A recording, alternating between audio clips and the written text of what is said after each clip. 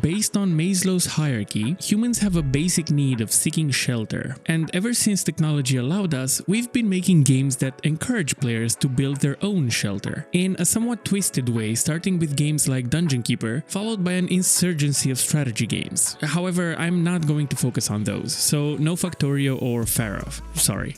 Instead, I want to dissect the more hands-on type of base building popularized by games like Gmod, where you could piece together your shelter wall by wall. Asking players to gather resources and use them in the form of a base building mechanic is a half-baked gameplay loop on its own. But I'm interested in trying to answer the question, what makes a good base building game through the perspective of Valheim?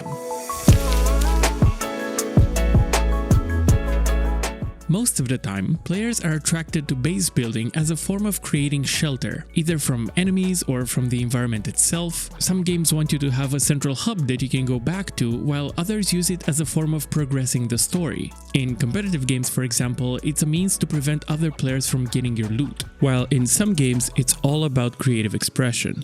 When designing a building system for your game, there are a few things you have to decide on, and one of the first calls you have to make is where your game falls on the scale of building granularity. This is not exactly a binary decision, it's more of a scale that goes from blocks all the way to prefabs. For example, in Terraria, you build your base by placing individual blocks acting as proverbial pixels coming together to form a cohesive structure, while in State of Decay 2, you populate predefined spots within a settlement with pre-built facilities like a kitchen or a workshop without having much control over how they look. Now, there are many games on this scale, each with their own approach to the same problem, and yet a lot of overlap in design choices. It's important to note that games on the prefabs end of the scale tend to have an easier learning curve, where players are presented with pre-built Lego pieces of their structures, at the cost of potential creativity. A quick YouTube search will reveal very similar looking bases in Subnautica. However, a common downfall of prefab-based building is presenting the player with too many building pieces, creating choice paralysis in the process. Going towards the other end of the scale, where games like Minecraft focus on individual building blocks, the learning curve seems to be a bit steeper, given that it's more difficult to guide players into putting together visually pleasing buildings. However, there is much more creative freedom given the granularity of the building blocks, including the higher chance of emergent creativity in the forms of combining building elements that were not intended to be used together initially. For example, in Rust, players figured out that by creating an airlock out of two doors placed at a specific angle, they can keep intruders out of their base. I should also mention that there are games that try to have the best of both worlds with some interesting design choices like dynamically scaling building prefabs.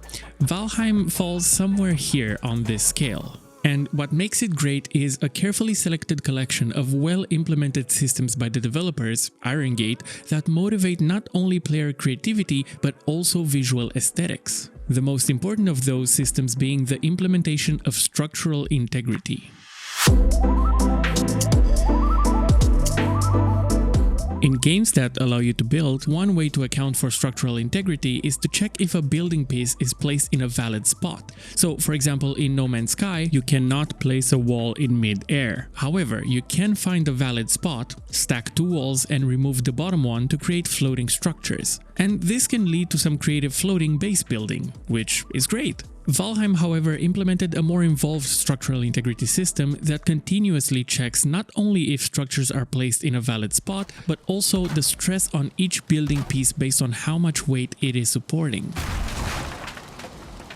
In the game, each piece connected to the ground is considered foundation, colored in blue. Any subsequent pieces connected to the foundation will go from green to red based on how much weight they can support, preventing you from exceeding the material's weight limit. So the size of the structures you're building is dictated by the materials you're using. You can only go so high with wooden walls and even less so horizontally.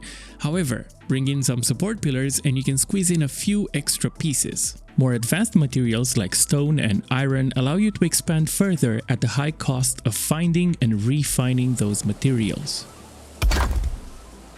This creates an interesting constraint where you have to take material stress into consideration when you create building plans, invisibly guiding the player into more naturally looking architectural structures. And when it comes to similar invisible tricks that other games do without the player knowing, I have an entire video dedicated to this topic alone, link in the description. Other games like Conan Exiles and Rust use similar systems, and the beauty of them is that you have a better appreciation for impressive looking structures, because not only do they take time to build like they would in other games that don't take structural integrity into consideration, but they also took a certain degree of engineering to make sure that they don't collapse, which makes them a whole new kind of impressive. And the next puzzle piece for a well-designed building system is motivating aesthetics.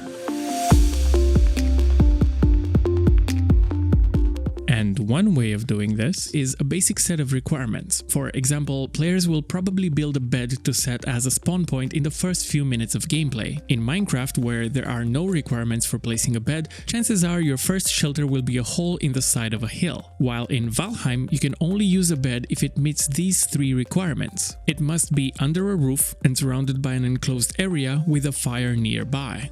The enclosed space and the roof alone are already enough to nudge players into building a house-looking structure, but what the game doesn't teach you is that the fireplace generates physically simulated puffs of smoke that build up and damage you over time if you don't have a chimney. As soon as you figure that out, you quickly realize that you need to make a hole in your roof for the smoke to escape, which not only makes you feel smart for figuring this out on your own, but it's another way the game pushes you to build something that resembles a functional house rather than this. Expanding on this idea, you can incentivize players to keep their houses well lit by simply preventing enemies from spawning around sources of light. And when enemies only show up during the night in your game, this only reinforces the idea of light equals safety. Terraria takes a step further and encourages players to add back walls to their houses by having NPCs move in and claim rooms so they can sell you items or even give you quests, making your life much easier in the process. The best building games out there sprinkle little examples for the players to follow as inspiration. In Sims, your neighborhood is filled with houses that you can look at as a source of inspiration, and the developers even encourage you to build within the same style of furniture by categorizing them in a handy list for you. But of course, structures are living, breathing things, so it's only natural that they require constant maintenance. This can either be a cosmetic problem where parts of your house break down over time and you have to either spend your time or a resource in order to fix them, or it could be a mechanical problem like the shark in Raft biting off pieces of your boat, reducing its size in the process. In Valheim, you can stumble upon abandoned villages with small wooden houses in the style of medieval Scandinavian architecture, acting not only as inspiration to the players, but also as a potential starting point, as these little structures can be patched up and restored to their original state. The thing is, anything built out of wood will degrade over time if it's exposed to rain. This alone nudges players to create covers over their balconies and using roofing blocks as much as possible. Degradation, however, stops when a building piece reaches 50% of its health, so the environment won't entirely collapse your building, but it will make it significantly weaker to enemy attacks. However, the visual aesthetic of your structure changes based on its degradation value, and fixing it only costs you time, as there are no resources required to bring your structure back to 100%. All of this covers the basic outer shell of your structure, but if you want players to consider it a home, not a house, the game should reward creative expression. Subnautica seems to fall short when it comes to decoration, where placing posters or jukeboxes is not recognized or rewarded by the game in any way. Going further, it actually punishes players that decorate their sea base with windows, lowering their hull integrity with each window placed. And I know you're about to throw rocks at me for shitting on Subnautica, but I'm genuinely curious, what are some of the better examples of base building systems out there? If you happen to know any and comment about it, I promise to personally heart that comment. And I also have some extra thoughts on base building that I can't fit in this video, so you'll find me in the comments below as well. Now, one of the good examples I know is Oxygen Not Included, where your crewmates will be happier if your base is decorated nicely. The game keeps track of a decor value assigned to every cosmetic item.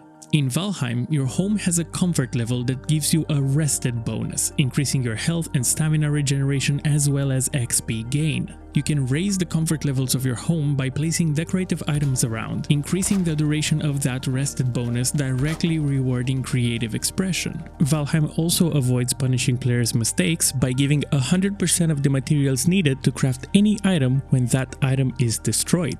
This quickly teaches you that you can change your mind at any time without any repercussions, unlike in Fallout 4, where you won't be getting back your copper if you want to scrap one of your light fixtures. You are also motivated to constantly expand your house, with the game offering you new things to build that take up space, like portals that allow you to quickly move around the map. You will most likely place the first one you build somewhere inside, only to quickly realize that they are pretty big structures that take up space, so by the time you need 6 of them, you'll probably build a portal hub outside. Or the workbenches where you craft your gear and weapons. You get to go up the tech tree by leveling it up, but doing so isn't just a press of a button. The game asks you to place a little extension to your workbench that takes up physical space and can only be in a certain range from it. Again, pushing you to expand and maybe build a dedicated crafting room. All these systems come together to form one of the best building experiences I've seen in games lately. So when it comes to answering the question, what makes a good base building game, I give Valheim as an example. It's designed with enough limitations in mind as to not be overwhelming for starting players, and yet diverse enough to allow for great creative expression, all while gently guiding the player into creating both mechanically functional and visually pleasing structures. So when you put everything together, that is how you make a good base building game. Sorry about the audio on this one. It sounded a bit stuffy because I ended up using the wrong settings while recording, and I only realized that after I recorded the whole damn thing. Also, even though this channel was started a few weeks ago, I got a huge boost from the rhythm game videos, and that is really awesome and motivating. It's absolutely lovely to see the Discord channel grow as well as we dive deeper into random game design topics. You should actually join. There is a link in the description. Now, you know how every YouTube video ends. Must feed the algorithm. And that same algorithm would like to talk to you about these 2 specific videos. Thanks for watching.